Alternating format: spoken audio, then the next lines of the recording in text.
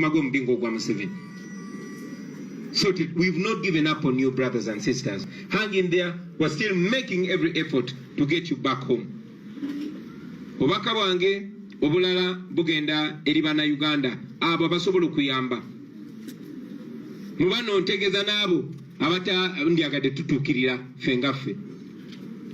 Osobola okubako engeri gy'oyamba. Esimu tugenda ziteeka ku social media handles zaffe.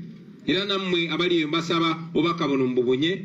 Buli asobola oba osobola gulirayo muntu tiketi emu, osobola gula kitundu kya tiketi, kyonna ky'osobola okukola. Please chikole abana baffe bakomewo. Nawe atalina sente osobola okukola omulimu ogw'amaanyi, making sure nti obubaka buno bubona. Making sure okozesa Twitter yo, Facebook yo, Instagram yo, TikTok yo, mu making sure embeera y'abaana baffe eno, mu making sure tetuwummula, making sure tetwogera mboozi ndala eno efuuka emboozi enkulu paka nga baana baffe bano bajja kuvaayo. Manyi nti kisoboka basebo ne banyabo.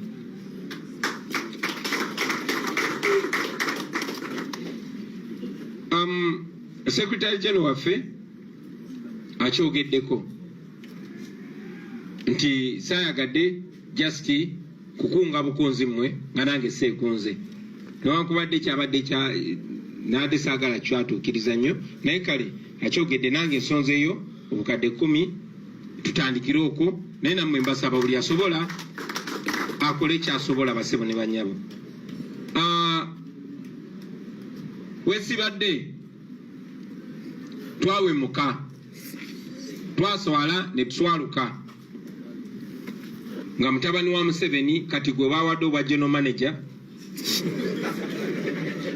nga avuddeyo natuswaza ku Twitter ng'alumbaganye government ya Kenya mu ngeri ey'ettamiiro, mu ngeri y'obuswavu, naye tekyewuunyisa eyo y'enkola ye. Kyayambi buyambi n'amawanga agatwetoolodde gamanye kyetudiringa nakyo. Era ekitewuunyisa nga Museveni bwe yavaayo n'abeebaza olw'okutemula abantu nga 18-19 mu mwezi gwa Novemba omwaka gwa 2020. Nga Museveni bwe yavaayo n'abeebaza olw'okuwambanga abavubuka okubakkakkanya obutamuwakanya. Era yavuddeyo Museveni n'amuyozaayoza olw'okuswaza Uganda era namuwa ekitiibwa ekisingayo obunene ekyamagye. Wadde Museveni yeefudde mu bigambo bye yabadde ng'eyeetondera Kenya n'ebikolwa bye yalaze yasanyukidde mutabani we kyeyakoze era nayongera n'amulinyisa amadaala. Naye ekyo basebo ne banyabo njagala kyongera obbalaga wawe tuli n'okusingira ddala kiraga abo abali mu magye betubadde nga tugamba abo officers nti banaye tetulwana nammwe, tulwanirira mmwe, twagala mubeere nga musavinga amagye agabaweesa ekitiibwa. Kati mulabye nti basobola okuleeta okuzaala omwana jjo ne bamukuza n'omusalutinga. Mukirabye nti amagye ga Uganda gafuka ga muntu omu, nti ye mutabani wa Museveni ali waggulu w'amateeka g'amagye n'amateeka ga Uganda. Ebintu byakola singa omusirikale omulala yabikoze mwena mumanye kyandibaddewo. Mwalaba kye bakola Dr. Besigye, mwalaba kye bakola Tinyefunza, mwalaba kye bakola Tumukunde, ne mutabani wa Museveni akola buli kigaanibwa amateeka g'amagye n'ag'eggwanga nenasigala ng'ayinaayina. So y'ensonga basebo ne banyabo. Oba oli awo y'ensonga lwaki abasirikale aba ali outspoken nga Kasirye eggwanga nga tebakyali naffe ng'era bagenda mu ngeri etannyonnyolwa paka kati etategerekekanga. Kirumira mu kaseera ke kamu njagala obatumirako mwenna abajenero abali eyo nti muwulira mutya.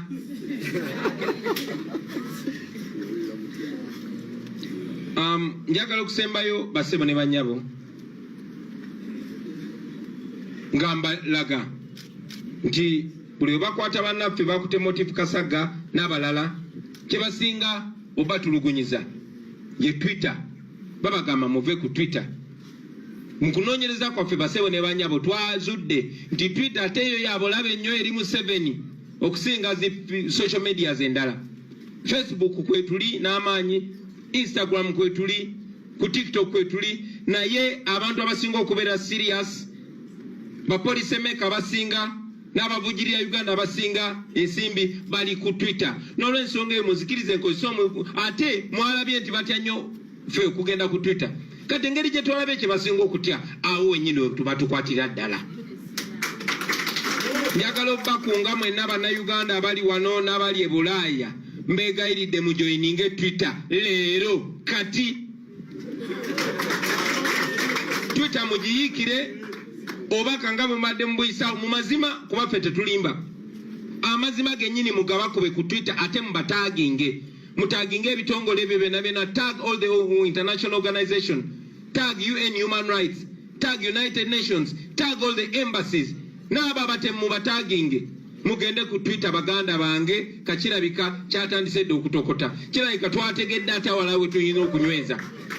Bw'obanga obadde okola post emu eya Facebook kola tweet 2 oba 3. Kuba kye tulina okulwanyisa. Ndoza mwalabye ensonga lwaki bagezaako n'okozesa abantu abamu okuleeta ebiteekateeka okubagoba ku social media. Kakati nga tebanaba tukwata mubalabise ate mubalabisize ddala. Lwaki sikomaawo basebo ne bannyabo Mukama abampeera omukisa.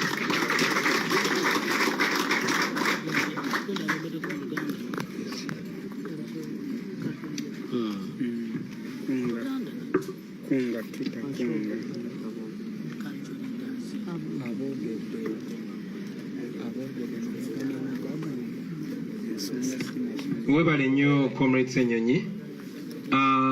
Banzijukizaamu wano nti bwe nabadde njogera Oluzungu nasoomozeza Museveni. Njaga musoomoze ne mu Luganda. Muwamba abaana b'abandi mugamba bazizza emisango kubanga bawagira Kyagulanyi. Kyagulanyi bwe mumukwata mumuzza waka. Mugamba mubaguddeko emisango kubawagira Kyagulanyi. Kyagulanyi ndi wano mbeera amagere nkolera wano Kamwokya. Mbasoomoza mujje munkwate bwe mba nyina omusango. Bwe mba sina musango munneesonyiwe n'abaana b'abanammwe mubeesonyiwe.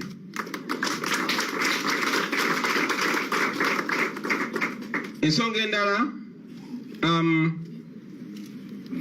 waliwo munnamawulire abadde yeebuuza era asabye Ssekama waffe ayogere ku nsonga eno. Naye Honorable Ssenyonyi n'angamba nti wa ebintu ebiguwa bitandika byeyogerere. Munnamawulire yazze n'abuuza Honorable Ssenyonyi nti gye buvuddeko mu kwogera kwange nayogera ku musibe gwe bayita Jamiru Mukulu. Nziramu gye buvuddeko mu kwogera kwange nayogera ku musibe gwe bayita Jamiru Mukulu. Nevumirira gavumenti ya Museveni lwaki emukumidde mu busibe ebbanga eryo. Era munnamawulire n'agamba nti abantu ba propagandist ba regime bavaayo ne bagamba kati Bobi Wine otandise okwogera ku bantu bali mu gwere nemba n'emisango gy'obutuju olabika obawagira. Nambuza nkyogerako ki? Kanziremu nkyogereko ntandikire mu Luzungu mu Luganda. Wano wennyini wendi. Okusookera ddala basebo ne bannyabo. Jamiru aliraba ki Kyagulanyi abasinga gutumanyi nga Jamiru Mukulu bamukwata emyaka 8 egiyise. Mpaka olwaleero Jamiru Mukulu tanawozesebwa. Oluvannyuma lw'emyaka 8 tanaba kuwozesebwa nga n'abamu be bamukwata nabo babata. Tanaba kuwozesebwa. Mu mateeka gaffe, mu mateeka omuntu bw'abanga tannakiriza musango obanga tugunaba mukamuvi aba innocent. A person is innocent until proven guilty or until they plead guilty. N'olw'ensonga eyo twagala gavumenti eveeyo nnyonnyole lwaki emyaka 8 oluvannyuma lw'emyaka 8 Jamiru Mukulu tannawozesebwa kuba naye muntu ng'abalala. Ekyokubiri basebo ne bannyabo, lawyer wa Jamiru Mukulu ye Wameri and Company Advocates. Era nga Council Wameri yakulira bannamateeka mu National Unity Platform. Kitegeeza twasobola okumanya ebikwata ku Jamiru Mukulu. Era twategezebwa nti Jamiru Mukulu baamutulugunya nnyo, baamukuba nnyo, bamukolako buli kikolobero kyomanyi batukana okumulisa embizi ate nga musajja musiraamu batukana okumunywesa omwenge ate nga musajja musiraamu batukana okumuota boardinga ebyo tubivumirira because nobody must be subjected to torture tewali muntu alina kutulugunyizibwa era amateeka gagamba omuntu gwoba omutulugunyiza oba tokyalina kyomugamba twagala gavumenti ya Museveni eveeyo eyogere ku kutulugunya Jamiru mukulu n'abo abakwatibwa naye ekirala basebo ne banyabo Museveni tumumanyi asobola okera ku makya n'agamba gw'oli terrorist bagamba nti oli terrorist obeera terrorist Mandela baali bamuyiseko terrorist yafuuka terrorist nze ne people power kati omugenzi Erit Mune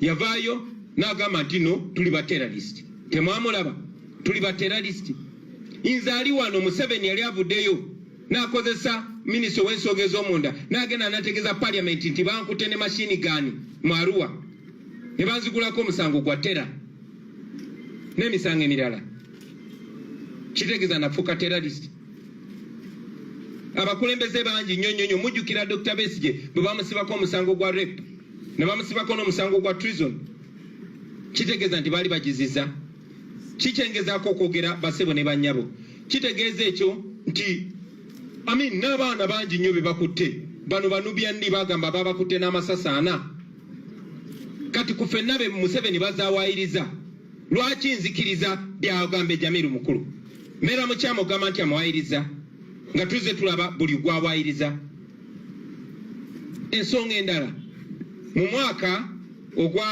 24 mu mwezi gwa Desemba mu kuziika Adonia Teberondwa e Bushenyi omu kuba ne ba Museveni gwe bayita Kaindo Tafire yavaayo mu lwatu bayambalanga uniform y'abasirikale bobote ne bagenda ne batta abantu ne bakomitinga terror ne bakomitinga mass murder basobole okukyayisa gavumenti y'obote ebyo Otafire yabyogera tetujja kyogerako lwaki tanayimirizibwa mu mbuga z'amateeka olwaleero naye yatugamba bakolanga ebyo mu luzungu ekyo bakiyita false flag operation okola ekikolobero osobole okuvumaganya ono tulina bukakafu ki nti ebyo bikolobero byawavunaana abalala si bwe babikola nga tebavangayo tunnyonnyola byaliwo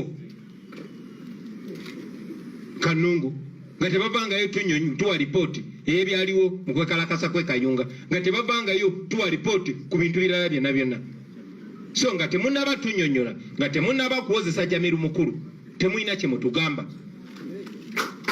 mwe bannamawulire abali wano olunaku lumu mwali ku kooti ffe tetuwulira Jamiru mukulu byayogera naye olunaku lwokkalokkalo twamuwulira ng'ayogera mwe bannamawulire mwamufiriminga yali atambula mu kooti n'awoogana n'agamba Museveni atutuma okola bino ebintu byonna byonna clips ezo muziina mwe bannamawulire abaffe ebyo byonna byonna bitegeeza ki manyi temwagala kwogera ku zino uncomfortable conversations njazza ogerako manyi nti Museveni apulaninga kundetako ebisangosango lwaki yogera nja byogera finally fe twogera ku buli munnayuganda kuba tuli ku nsonga ya human rights dembe ly'abuntu tetukkiriziganya na butuju at all era ekyo mukimanyi byetwogera mu lwatu byetukola ne mu kyama okay tetukkiriza mu butuju naye tetukkiriza mu ddembe lya buli muntu buli munnayuganda aba n'eddembe lye era eddembe eryo linamugibwako mu mateeka ng'asaliddwa omusango bwe baba tebanaaba musalira musango ebyo tugamba mbiina bitono basebo ne banyabo ngamba mmwe abatulugunya abantu I think you will interpret that in your own English. You translate it. Ladies and gentlemen, there's a quick question that has come. A journalist has asked Honorable Senyonyi to clarify about the statements I made, but Honorable Senyonyi decided to throw that back to me. So recently, I made comments about the incarcerated Jamiru Mukulu. And I said that he has his rights as an individual. Of course, regime apologists came up to attack me for talking about somebody who they believe should not be talked about, who they say is a terrorist, etc., etc. It's not surprising at all. Jamiru Mukulu was arrested 8 years ago. What we know is that Jamiru Mukulu was a rebel, like Museveni was a rebel, an armed rebel. The only difference is that Museveni succeeded and Jamiru Mukulu didn't succeed, at least not as yet. However, I will mention this, that Jamiru was arrested 8 years ago, and up to now, he has not been tried. So in the absence of a fair trial, you are not conditioning us to side with you, Mr. Museveni, and your friends. We are going to still demand for a fair trial in the issue of Jamiru Mukulu. Number 2, Jamiru Mukulu's lawyers are Wameri and company advocates. Now, Council Wameri is the head of our legal team. So we are privy to information about Jamiru Mukulu. And we've learned since that Jamiru Mukulu has endured torture. He was forced to eat pork against his religious belief. He was forced to drink alcohol, and he was even waterboarded, among other grave forms of torture. Now, needless to mention that torture is illegal, and torture washes away all charges against an individual. It is not the first time for people to be charged for terrorism. Nelson Mandela was called a terrorist by Margaret Thatcher. Myself and the People Power Movement, we were called terrorists by now the dead Eri Tumwine. Okay? Dr. Kiza Besigye was charged for rape. The Minister of Internal Affairs came to Parliament and said I was caught with 2 guns, and they charged me with treason. Many of our comrades, the Eddie Mutwez, Nubiad, for apparently having bullets. Of course, all these were lies. All these were bogus charges. So after seeing all these fake charges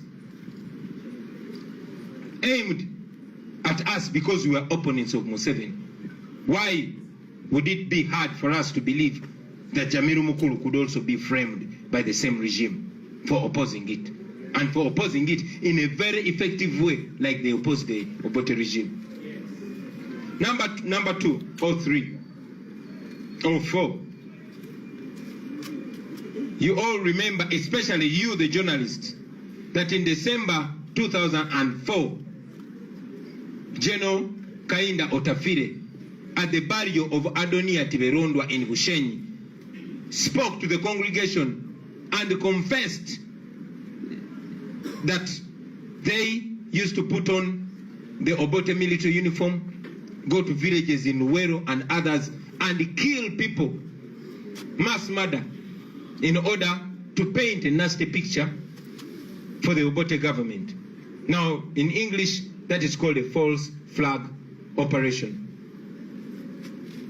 If one of you confessed to that, why would you, and of course, seeing many other great things that the Museveni regime has done, the Mukula massacres where people were burnt in train wagons by this same regime, why would we doubt that this Jamiru Mukulu thing could also be a false flag operation? Especially that you've kept him in prison for 8 years, especially that you've denied him any access to the media, any access to, any possibility of him putting out his voice there.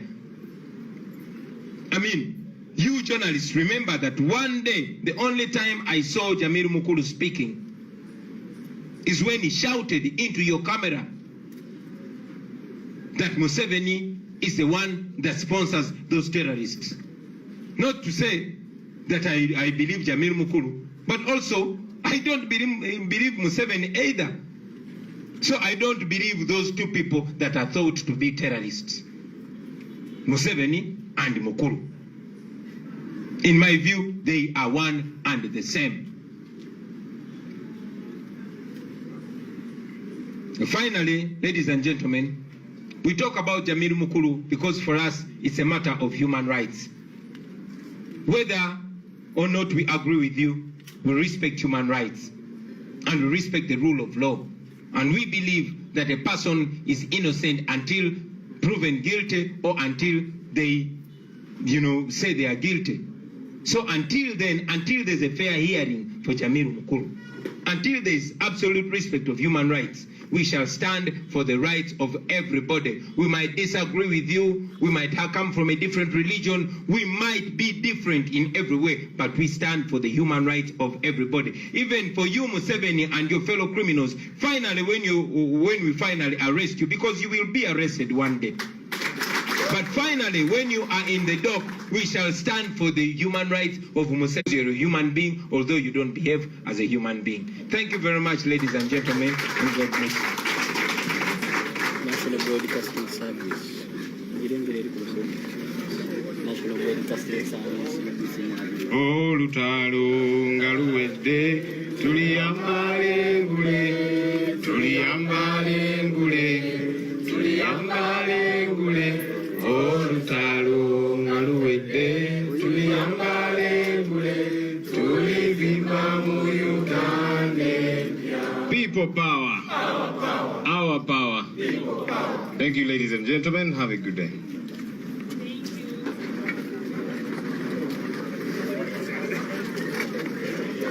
Yes, let's